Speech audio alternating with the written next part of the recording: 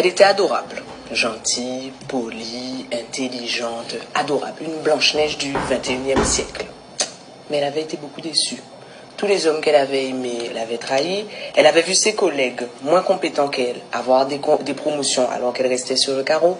Tous ses amis l'avaient laissé tomber. Bon, c'était bon, elle avait été déçue. Elle avait décidé de quitter la grande ville dans laquelle elle vivait pour venir s'installer à La Réunion. Elle a démissionné, vendu tout ce qu'elle avait, et elle a repéré dans un joli petit quartier de l'Est, la plus belle région de La Réunion, une grande maison. Elle voulait cette maison-là, elle a acheté cette maison. Et puis, le quartier était bien. Elle se disait que les gens devaient être plus vrais, plus authentiques. C'était l'endroit parfait pour recommencer. Elle s'est installée dans sa maison, pleine d'espoir, et elle a vite déchanté. Les gens étaient mal élevés. Les gens ne lui disaient pas bonjour. Les jeunes faisaient du bruit avec des motos, des quads dans les ruelles toute la journée. Et ceux qui vivaient à côté de chez elle, c'était les pires. Le week-end, les gens faisaient du bruit, criaient toute la journée, ou bien ils écoutaient une musique de sauvage. Franchement, son paradis était en train de devenir un enfer. Et pour tout aggraver, elle a commencé à avoir des ennuis de santé.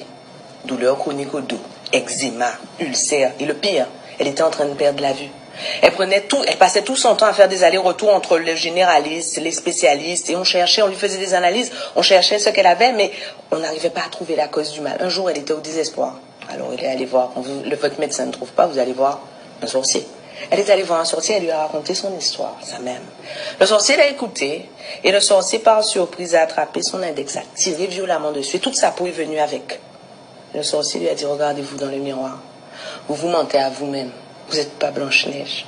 Vous n'êtes pas Blanche-Neige. Les hommes ne vous ont pas trahi. Vous avez été tellement jalouse que vous les avez chassés de votre vie. Vos collègues, ils ne vous ont pas volé de promotion. Ils ont plus travaillé que vous, alors ils ont eu des promotions. Vos amis, vous avez tellement passé de temps à leur dire qu'ils avaient de la chance qu'ils vous ont laissé tomber. Ils ne voulaient plus de vous dans leur vie. Vos voisins, ils ne font pas de bruit. Ce ne sont pas des sauvages. Vous entendez le bruit du bonheur. Et ceux qui ne vous disent pas bonjour, figurez-vous, eh ben c'est parce qu'ils ne vous voient pas. Parce qu'ils sont occupés à vivre leur vie pendant que vous êtes occupé à les surveiller, à les regarder, à les épier. Vous n'êtes pas malade, madame. Vous n'êtes pas Blanche-Neige, madame. Vous êtes une jalouse.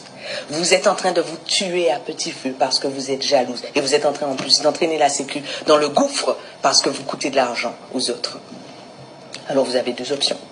La première option, eh bien, c'est que vous arrêtiez, que vous vous regardiez tel que vous êtes et que vous en finissiez avec la jalousie. Arrêtez de surveiller les autres.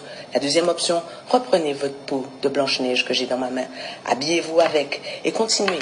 Continuez à être jalouse et vous allez mourir à petit feu en regardant les autres vivre leur vie. Vous avez un problème de perception. Dans cette histoire, il n'y a pas de Blanche-Neige. Elle n'est pas innocente. Elle a juste un problème de perception. Alors, elle est jalouse. On en a fini. Merci. D'accord.